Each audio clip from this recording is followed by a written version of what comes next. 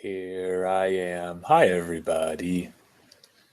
If you're watching this later, you're probably wondering what the heck's going on. I just went live, and this is actually the first time I've done this live streaming on YouTube. I've never done this before. So you'll have to bear with me here. It says there is one viewer, but I have a feeling that one viewer is me because I have this open in another window.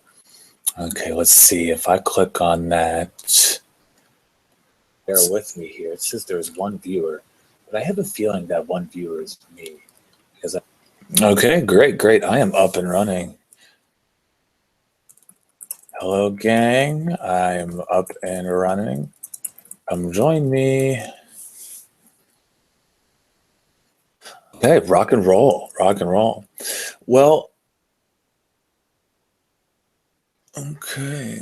Oh, okay, good. We have a couple of viewers. All right, so I'm not going to just sit here and wait until a whole bunch of people come up because this is going to be recorded and it will be end up in the Live in the Dream group. So hey, good evening. It's Wednesday night. Jason here, broadcasting live from my bedroom. So this is my bedroom. I had to make sure to strategically clean up so that there wasn't nonsense everywhere. And this is a live Google Hangout, and I'm super excited to be here and to be able to talk to you guys. And hopefully we can do these more often here in the future. And this is the Facebook Live stuff works and it works fine. But one of the reasons why I kind of prefer this is there's going to be better video quality. It'll be streaming live on YouTube. It'll automatically upload it to YouTube. So we can use these and we can do a couple of things with them. We can definitely post them in our Live in the Dream group. But we can also post them over on Full Access Anyman Fitness. That's going to be opening on Monday. So there's a lot more flexibility when it comes to one of these live YouTube streaming events. So thank you for joining us. Fantastic. So let's talk about a few things. Very cool. Let me see.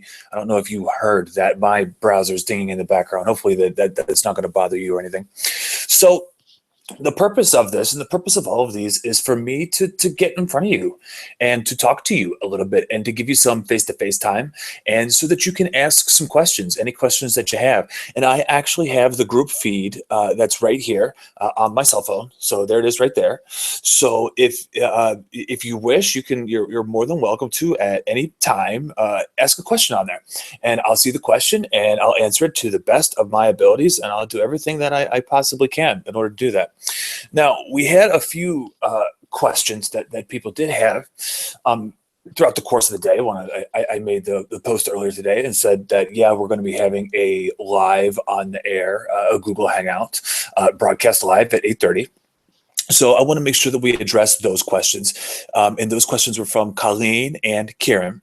So I'll talk about those, I promise. But there's a few, as a fitness coach and having done this for a few years, there's a few questions that just consistently get asked, and they end up being just the FAQs, really, of someone who's starting a diet, someone who is, it's the middle of January right now, and perhaps you're one of these fitness pros that's been doing this a really long time. I know that our group has a number of personal trainers and coaches in there, so some people that already are living the fitness lifestyle. But perhaps you are a little timid, and perhaps you aren't quite sure how to make fitness to be a lifestyle. Maybe you've been frustrated in the past, and there have been roadblocks that you have found difficult to conquer, and you're still trying to conquer those. And no matter what stage of the game you're on, we can always improve and we can always make progress. And the way I frame it, I'm big on frameworks and on mindfulness and on making sure that you're developing the proper fitness mindset. And the way that I always approach it to clients or to anybody, really, friends, family, anybody that asks me about like they say, wow, you train all the time, you watch what you eat, I wish I could do that. I say, I mean, this didn't happen overnight. It wasn't like one day I woke up and I was like, I'm going to do that. Fantastic. It was just this slow process. Okay, first I'll work on this one habit. What's that one habit? I think that one habit for me was making sure that I didn't snack. thing. Okay, Jason, eat breakfast, eat lunch, eat dinner, but that's it. Nothing between breakfast and lunch. Because I mean, I worked at a school that were like cookies and cupcakes and candy and stuff all over the place. And like every time I went by the break room, I'm grabbing it, and I'm throwing it in my mouth. And I eat lunch with the teacher in their room. And when they're done, we're done with our lunch. They're tossing chocolate bars my way. I mean, we all work in many of us, anyways, work in environments just like that. And then I get home from school, and it'd be like 4:30, and dinner wouldn't be until 6:30 or 7 when my wife got home. So then I'd eat all this crap in that 2 hour window. Then I'd eat dinner. Then I'd go like right to the pantry, and I'd open a bag of Twizzlers, and then I'd eat some, so it was like this nonstop eating thing. So maybe that's your first habit, right? Another one of my habits was I just told myself, if it doesn't get me drunk, then it's not going to contain a calorie. I'm not going to drink things that aren't going to get me drunk if they have calories. Maybe that's kind of a weird way to phrase it. But basically what that means is if I'm going to drink a liquid that has calories, better be booze. I'm not going to drink milk. I'm not going to drink pop. I'm not going to drink sodas. I'm not going to drink energy drinks. I'm not going to drink, I'll drink coffee. I'll drink iced tea. I'll drink Diet Pop. I'll drink water. I'm not going to drink fruit juices. So that was another just habit change, something that I worked into my own diet. So basically, the reason why I'm telling you this is we're all kind of in different parts, and it's just always going to be a work in progress. So keep that in mind. And there's only one constant in our lives, and that constant is time. Time will keep ticking, no matter what. No matter what you do, no matter what you do today, and you do tomorrow, and you do the next way or the next day. Pretty soon it'll be February. And no matter what you do between February and June, it will be June eventually. And when June is here, are you going to look back at the work that you did in February and in March and in April and in May and say, dang, I made some serious progress? Or are you going to look back and say, shit, when I watched that video of Jason in the middle of January, I wish I would have listened. I mean, which one are you going to be? Because time is the only constant that we have. Time is going to continue to tick through no matter what happens. So let me address some of these questions. Drinking while dieting. How do we drink when we diet? I actually just had a question today from a client who's going to start next Monday. And he was asking, Bill Green. Hey, Bill, sorry to call you out like that. And he was asking, so how do we drink and still make progress? Well, if we're following some sort of a calorie counting situation or a macronutrient counting situation, it is a straight calorie swap. So in that regard, it makes it pretty easy. But since we're eating at a deficit, we're probably at least 400, 500, 600 calories under our daily maintenance anyways. And now we're taking some of those calories away that are trying to nourish us, trying to help us recover after our lifting sessions, trying to give us energy for our next lifting sessions. We're taking some of those recovery calories away, and we're filling them up with alcohol. And alcohol is not going to help you recover. Alcohol is not going to give you energy for your workouts. It'll make you feel good. It's tasty. I mean, I get that totally. So really the easy answer is it's a straight calorie swap. Just do a straight calorie swap. Never take from your protein. You want to keep your protein high, especially when you're in a diet. It helps as far as fullness goes. It helps with muscular retention. It has a number of different benefits. Mild calorie burn because of the digestive process. Protein is difficult to digest, so there's an extra calorie burn there. So there are so many benefits to protein. We don't want to mess with our protein. So you would take your calories from either your carbohydrates or your fat grams is really what you would do. Now, let's talk about intelligent choices. Because as Bill, I'm using him as my example, but this is a question that I get all the time, and it's something that I've had to figure out how to do myself because I love alcohol. I do. I'm a fan. I drink at least once or twice per week on Fridays and Saturday nights. It's how I relax. I like to chill out with a few drinks at dinner, and then usually come home and have a few more. So if you're trying to make those calorie swaps, what are your best bang for your buck? Unflavored liquors are really your best bang for your buck. It might be a little bit boring, but just a straight, and I'm not talking like a Captain Morgan or a birthday cake vodka or something like that. They have a million different flavors. I'm talking like, vodka, straight up, like vodka. I'm talking tequila, rum, whiskey, scotch, gin. If you drink gin, you're weird. Bourbon, even though bourbons might have a little bit more sugar in it due to the fermenting process of it. But you're going to look between like 60 and 80 calories per one drink, per one shot, 1.5 ounce shot. That doesn't mean you take a tumbler and pour it all the way up to the top and go, there's my one drink. No, it's like 7 shots, dude. But so that's about 60 calories per.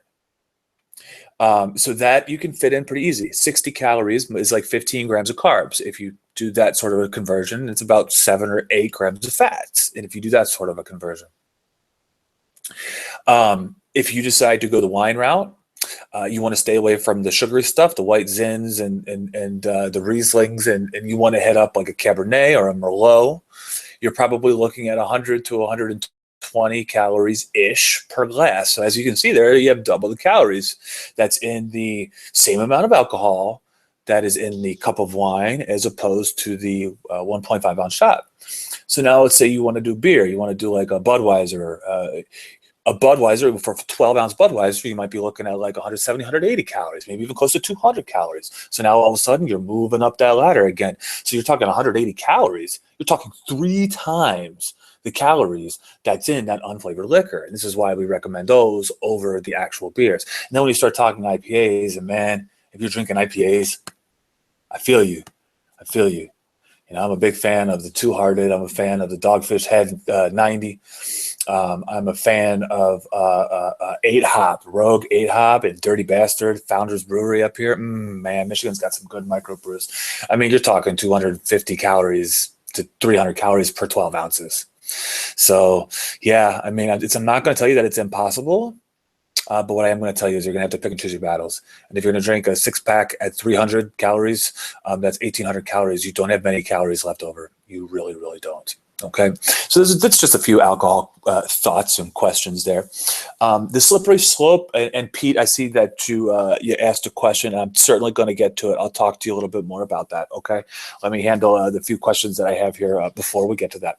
The slippery slope of being off plan. Let's talk about the slippery slope of being off plan, because this happens. I mean, this is our lifestyles. Most of us, especially people that work their normal Monday through Friday, 9 to 5 or whatever, second shift. I mean, most people have weekends off. If that is not you, then my apologies, but a lot of us do. A lot of my clients do have weekends off and work Monday through Friday. So it's almost like Monday through Friday, everyone is on point, and then it's Friday night-ish, and oh man, the stress of the work week. Oh, thank God it's finally over. And Saturday hits, and oh man, I don't want to eat. I don't want to eat my macro meal. I don't want to eat my, and you end up going out socially to social events, and you end up eating out, dining out a lot more often. And there is nothing wrong with being off plan. Nothing wrong. Don't be the person that brings chicken and broccoli Tupperware to a social event, or I'll smack you upside the head or something. But like, let's say you're going out to a restaurant, and you know what restaurant you're going out to. Is it that difficult to take a little Post-it note and to go onto the website and to pick something that, if they have nutritional information, great. And pick something off of that. But even if they don't, you can make an estimation. And if they don't, just be real careful. Stay away from the cheeses and the fats. It's a deadly combo of fats. It's really fats that get you more than carbs do at restaurants. Because, I mean, they might give you like a baked potato. A baked potato is probably only going to have like 70 grams of carbs, which, yeah, is a decent amount. But that's not like killer. But it might have like 90 grams of fat if it's like this cream based in butter and bacon, or if it's this big fatty cut of meat and they toss extra butter on top of it. Then they put butter on on your potato or your rice, and then they put oil in this and that, and then they give you a cheese dip and bread. Like it's the fat. The fat at restaurants is what is going to get you more than the carbs. I know everyone is so scared of the carbs when it comes to a restaurant, and a restaurant can be carby in their food, certainly. That is the case, especially when they throw a big bread basket in front of you, but it's the fat that gets you at the restaurant. So here are some recommendations if you're going to be off plan. If you're going to be off plan and you're going to go out to eat, you can have your choice of an appetizer, a few drinks, or a dessert. One of the three, but not all three. That's what gets you, is when it's all three. You start ordering bottles of wine, you start ordering drinks, they're going great, and someone says, hey, man, let's get some of that spinach and artichoke dip, and we'll get some pita chips. Yeah, all right, that sounds good, and you're eating that, and then you eat your meal, and then the drinks are still flowing, and you're feeling good, and then, hey, man, you got to try this. They had this, like, fried Oreo cheesecake. It's amazing, and all of a sudden you're eating that, and pretty soon you just plowed through 4,000 calories. And if you're aiming for, like, a pound of fat loss per week and you're eating 2,000 calories as your on point, then you just like negated like almost 2/3 of your calorie deficit on one meal. And that kills you. That kills you. Before I was a coach, I did that for years. Like I was on point Monday through Friday. I hit Saturday and like at dinner, I'd probably put down 4,000, 5,000, 6,000 calories. And then I'd go, man, I'm really not losing weight very fast. I get really frustrated and aggravated that I wasn't losing it more quickly. And finally I said, you know what, screw it. I'm going all in, 100% all in. And then on a Saturday night where I would dine out, I would just plan what I would eat for dinner in advance to make sure that I was making proper choices. Going off plan is a slippery slope, especially when you are a female, Sorry, ladies, you just have less of a calorie maintenance for a lot of reasons.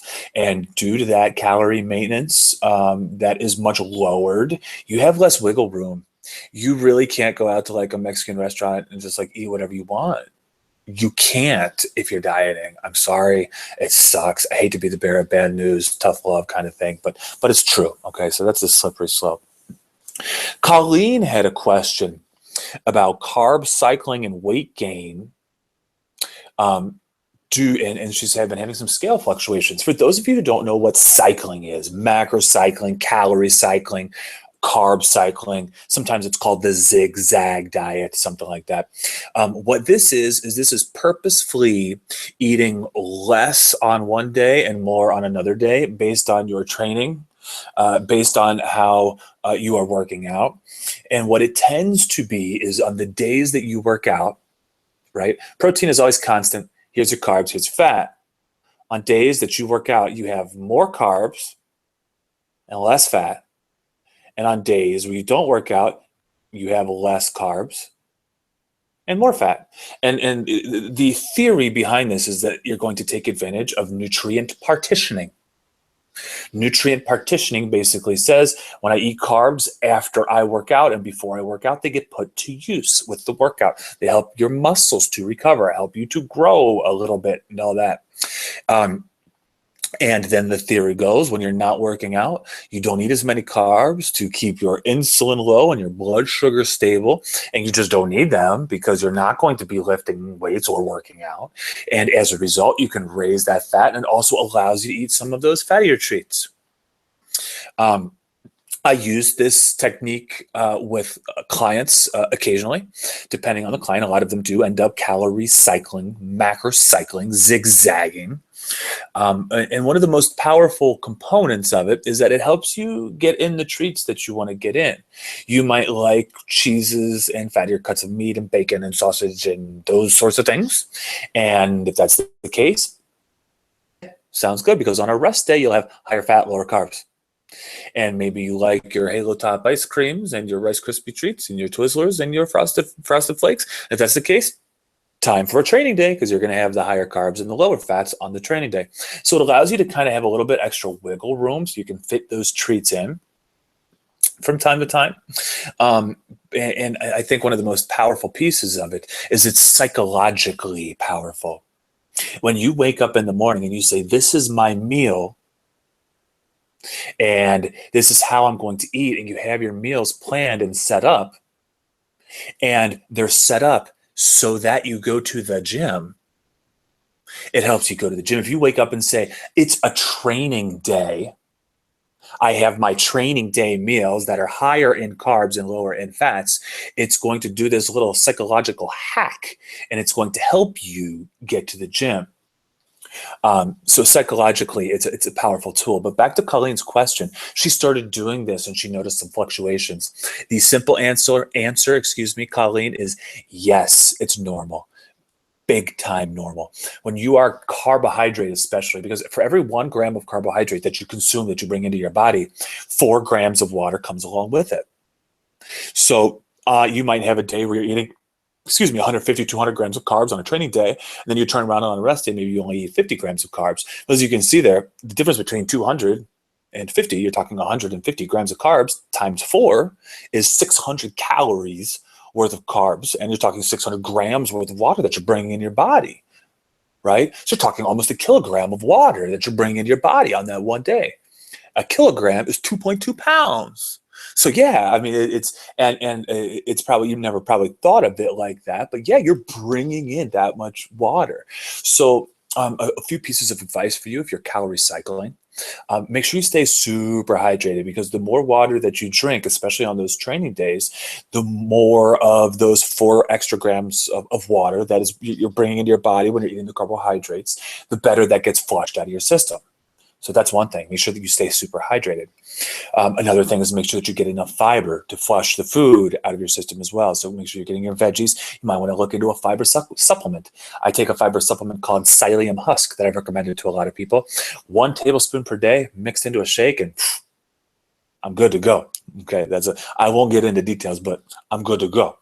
Also a probiotic. You might have to mess around. Taking one that's 10 billion probiotic units or microbacterialisms or whatever. I had to mess around with the number a little bit, but 10 billion is one that I settled on, and I take 1 per day, and it works out really well for me. It helps my digestive system, and it helps me not to fluctuate. But yes, you're going to fluctuate, especially with those cyclical diets where you're eating more on one day and less on another day. That's natural and normal. So what you should do, Colleen, females, here's a little recommendation for you.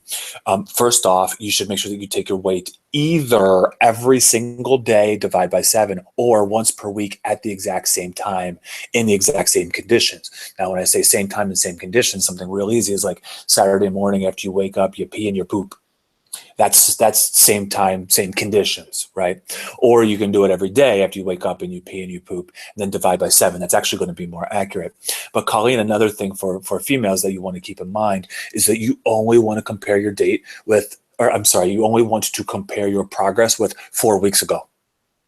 So you have to have accurate progress for at least 4 weeks. And you compare it to 4 weeks ago. And these are because of menstrual cycles and hormonal cycles and just the natural rhythms that the female's hormonal breakdown and hormonal metabolism has in it. So the joys of being a female, you know. I've worked with actually more females than males, believe it or not, have come through as clients, and there are unique struggles to females, and anybody tells you differently, you have my permission to punch that person right in the face. So hopefully that helps, Colleen. Kieran, I think you were talking more of your own personal situation. Kieran was doing our no squats, no deadlifts, huge gains program that came out in the fall, came out in September. And it's originally a 5-day program, but I think he was asking how should we tailor it back to 3 days per week. You'll have to tell me if I'm wrong there, Kieran. So instead of answering that question specifically just for you, what I'll do is I'll make sure that we talk about muscular exposures. And muscular exposures are a key driver in muscular growth. And what I mean by muscular exposures are how many times does a certain muscle group become exposed to intense contractions, to metabolic stress, metabolic damage, progressive overload.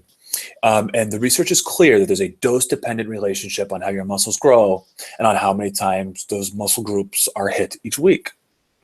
And the muscle group might be like the chest, right? They might be the shoulders, could be the back, could be the legs, the glutes, the hamstrings, whatever. You want to make sure that you hit each muscle group a certain number of times over the course of the week. So what do those look like? First off, you have your body part splits. And a body part split this is a traditional Monday is back day, Tuesday is chest day, Wednesday is shoulders day, Thursday is legs day, Friday is arms day, Saturday is abs, right? That's a body part split.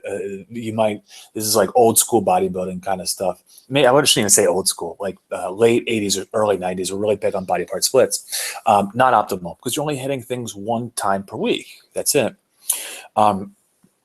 So not optimal. Does it work? Yeah, sure it works. Anything where you get into the gym and you bust your butt is going to work. So it will work. Optimal? No. So if you can hit them 2 times per week, you're getting better. 2 times per week is obviously twice as good as once per week. And this is when you get into, you get a really big ROI, return on your investment, when you go from one time per week to 2 times per week of hitting a specific body part, a huge return on your investment. So if you're working out 3 days per week, you want to stagger it. So at least 2 of those 3 days, you make sure that you hit your back. At least 2 of those 3 days, you want to make sure that you hit your chest. At least 2 of those 3 days, you want to make sure you do some moves for your shoulders, some moves for your legs, some moves for your whatever. If you're trying to get bigger biceps or grow your calves, whatever whatever you're going to try to do. So you want to make sure that you keep that in mind. If you can hit 3 days per week, that's probably the sweet spot. 2 days per week, you're probably going to get more substantial progress than 1 day per week. Once you hit 3 days per week, you're going to do better than 2, but you start to it's diminishing returns, right? It's not going to just increase exponentially. Because you can think about it like this: going from 1 day per week to 2 days per week, that's an increase of 100%, right? Going from 2 days per week to 3 days per week is only an increase of 50%. Diminishing returns, right? And then if you go from 3 days per week to 4 days per week, that's not even 50%. That's a 33% increase. So as you can see, it's like this big, it's been a while since I'm retired from teaching now. But the returns that you get are going to level off. It'll be like that. Okay, like this. Right? Huge returns at the beginning. What's that? A logarithmic curve? I don't know. I didn't do well in the super high levels of math. That's why I taught middle school. That was my sweet spot. So what would I suggest to you? Hit every body part that you want to have grow, which I'm sure Kieran and anybody, you probably want your back to grow, your shoulders to grow, you want your chest to grow, your legs. Those are probably the things that you want to have grow. Hit them at least twice per week. If you want to do a real easy, now I know Kieran's doing a specific thing, the no squats, no deadlifts, huge gains. And if you want to do workouts that are going to hit everything 3 times per week, do a full body workout. Do 3 to 4 sets of shoulders, 3 to 4 sets of chest, 3 to 4 sets of back, 3 to 4 sets of legs, and some isolation moves. Should take you an hour 15 max, 3 times per week, and boom, you're going to make sure that you hit everything. So those are just some thoughts for you there. In the no squats, no deadlifts, huge gains here, because I see Pete. Hopefully Pete, I don't know if Pete's still listening to me talk. If so, then you're a good man, Pete. Oh, you're a good man anyways. But thank you for your patience here. So he's wondering about the workouts that are coming in full access. So Pete, here's what I got for you so far, okay? And I'm locked and I'm ready to roll. We actually could roll the dice. I think I have a few connect this to this and connect that to that, right? When you're talking online businesses and websites that you create, there's always little sorts of nuances that you got to make sure that you get just right, or else I'll have all sorts of emails next Monday when we open up of people that are upset. So I'm still making sure that the spit shine and the polish is on everything. So the workouts, here's the way this is going to go. You will have your options of 3 days per week, 4 days per week, or 5 days per week, and it is up to you. Now, there's going to be like a main workout of the month, and it's in reality what most people will be doing.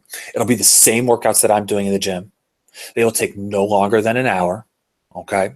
And what will they be based on? I mean, you're asking if they're based on strength-based, fitness-based, bodybuilding. It's a blend of those things. I can't say that it's based on one or the other. It's not going to be a powerlifting routine, so I don't want you to think it's going to be a powerlifting routine. But at the same time, there are going to be deadlifts in it. There's going to be bench presses, shoulder presses. Sometimes we'll use barbells. Sometimes we'll use dumbbells. There are going to be squats in them. And there's always going to be substitutions. There's going to be alterations that are going to be able to be made based on your personal preference, based on your gym equipment. The workouts are being made with the assumption that you have some sort of either a gym membership or gym access, or you have at least dumbbells, at least barbell setup with some sort of a rack at home, at least a pretty decent setup at home, not, no like Chuck Norris body blasters or anything like that. So I guess the way it works here, and I wish I could answer that more thoroughly there, but I'm a Gen Pop fitness coach. I have actually not worked with anybody to prep them for a powerlifting competition or a bodybuilding competition, or I have not prepped them to get up on stage. And that's not, whether it's powerlifting or bikini or bodybuilding or whatever, that's not really what I do. I personally, and my working with clients, as well. I mean, normal people, right? Normal people, normal jobs, office jobs, teachers, engineers, doctors, UPS drivers, normal people. I got a buddy of mine. He plows snow. He's a client, and he's a snow plower. That's what he does. But just normal people, and normal people want to look good. They want to feel good. They want to be healthy. Of course, they want to build muscle. Building muscle is important. So there's going to be components to lifting in these programs that are going to build muscle. Yes. So you're going to have the main program that's going to change out once per month. Right? You can pick 3 days per week, 4 days per week, or 5 days per week, depending on how frequently you want to go to the gym. There's also going to be some extras. I've put 2 minimalist routines up there because they were requested. Pete, or they were requested by you as well as a number of other people. And a minimalist routine will get you in and out of the doors in 40 minutes. 12 to 14 sets max. It's quick. You'll be out and you'll move on with your life. So those will be included as well. So make sure that you are aware of that. Also, my goal is before we launch on Monday to have a travel routine up for you so that you can utilize it right away. Originally, I didn't know if I was going to have time to be able to put that together, but it looks like I will be able to. I want to be very clear, though. I am not going to be constantly giving new travel routines or body weight routines. So I just want to be clear with that. I'm going to help in that regard, and I periodically will make workouts, yes, but please do not think there will be a body weight workout of the month, because there likely won't be. I can probably include one every so often to make sure that you stay fresh and give you some ideas, but it's not going to be the main emphasis of this group. So I just want to make sure that full disclosure, you know how that works, and you have kind of an idea of what this group is going to be all about. Okay, so hopefully that makes sense there, Peter. Okay, cool. Let's see here what we got. There's Pete. I got to hit your reply. Still here. So the aim, yes, the aim of the workouts, mainly fitness / fat loss. Yeah, totally. And the workouts are going to be designed so that you can utilize them with whatever your goal is. If your goal is fat loss, awesome. I'm going to have fat loss macros for you depending on your own maintenance. I have a real quick way that we can figure out our maintenance, and I have charts of macro recommendations that I've had refined over the last 4 years of working with over 1,000 different people. So within 2 minutes of joining the site, you're going to, boom, you got your macros. And I have straight macros if you want to eat the same macro numbers every day. I have cycling macros if you would rather do that. I have maintenance macros if you want to do a body recomposition. I have bulking macros if you want to bulk. I have recommendations for males and for females. Everything's covered. It's done. So what you're going to do, and I've kind of guided you through on the site, is you're going to start. You're going to watch the welcome video. I'm going to say, hey, I'm Jason. This is what you're going to do. And then you're going to go through. There's like these onboarding, I call them my first lessons. I kind of set it up like a classroom, right? A virtual classroom. And you'll go through there, and there are documents for you. You can make your own copies of them digitally on Google Drive if you want to, or you can print off PDFs. That's totally up to you, which way you want to tackle it. But you have all these materials at your disposal for you. So like, let's say, Pete, you decide that you want to do fat loss. You go, cool. You figure out your maintenance based on the simple steps I give you. You find your assignment that's going to be on some charts, and boom, you got them. You got them figured out. So then you go to the workouts. If you're training for fat loss, 3 or 4 days per week will do it. You're good. I really wouldn't train 5 days per week for fat loss. It's just unnecessary, unless you're just a total freak. Like if you have zero consistency issues and zero issues getting into the gym. Actually, this year is the first year I've ever trained 5 days per week on fat loss, and it's because I'm not teaching anymore. So I don't have that like added stress of going into work every day and working 16 hours. I can focus on this one job. So that gives me the ability to come in here. It's because that thing was taken off of my plate. I was able to give it a shot, and it's a little tiring. It is. It's draining to be in a diet and work out 5 days per week. So unless you're a freak, I would suggest 3 to 4 days per week maximum. Okay.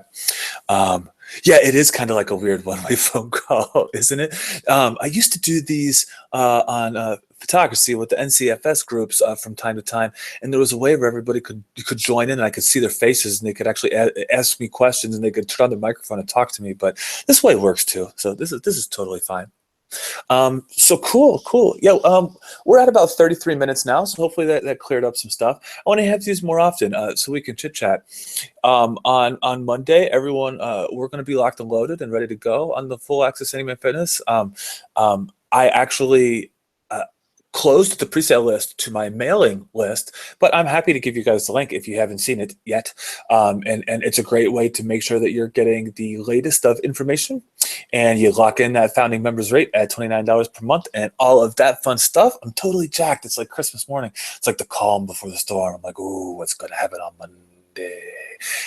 So if you want to chat about that, you can shoot me an email, jason@anymanfitness.com. I'm happy to chat with you whenever.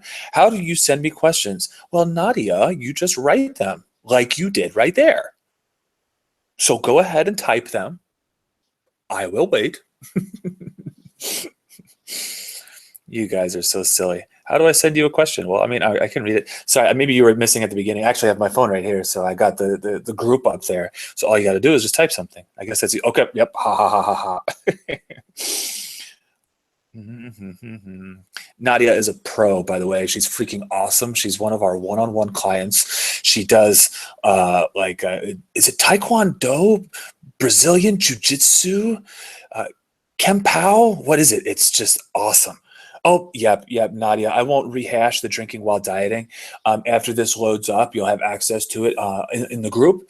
And I pretty much went through exactly kind of how you need to approach that. Okay. Karate. Okay. Yes. I thought it was just karate, but I have some people do, like Muay Thai boxing and Kempow and Jiu-Jitsu all over the place. So my apologies there. My apologies. Yeah. Nadia is a grade A certified badass. She's gotten so lean and strong, and you should see some of these pictures that she throws up on Facebook. We've been working together for a few months now, and she kicks ass. Steer clear of Nadia, please. Okay, awesome. I hope you all have a lovely Wednesday night. And this was really cool. And we'll do this again pretty shortly. So have a kick-ass rest of your week, guys. I'll talk to you.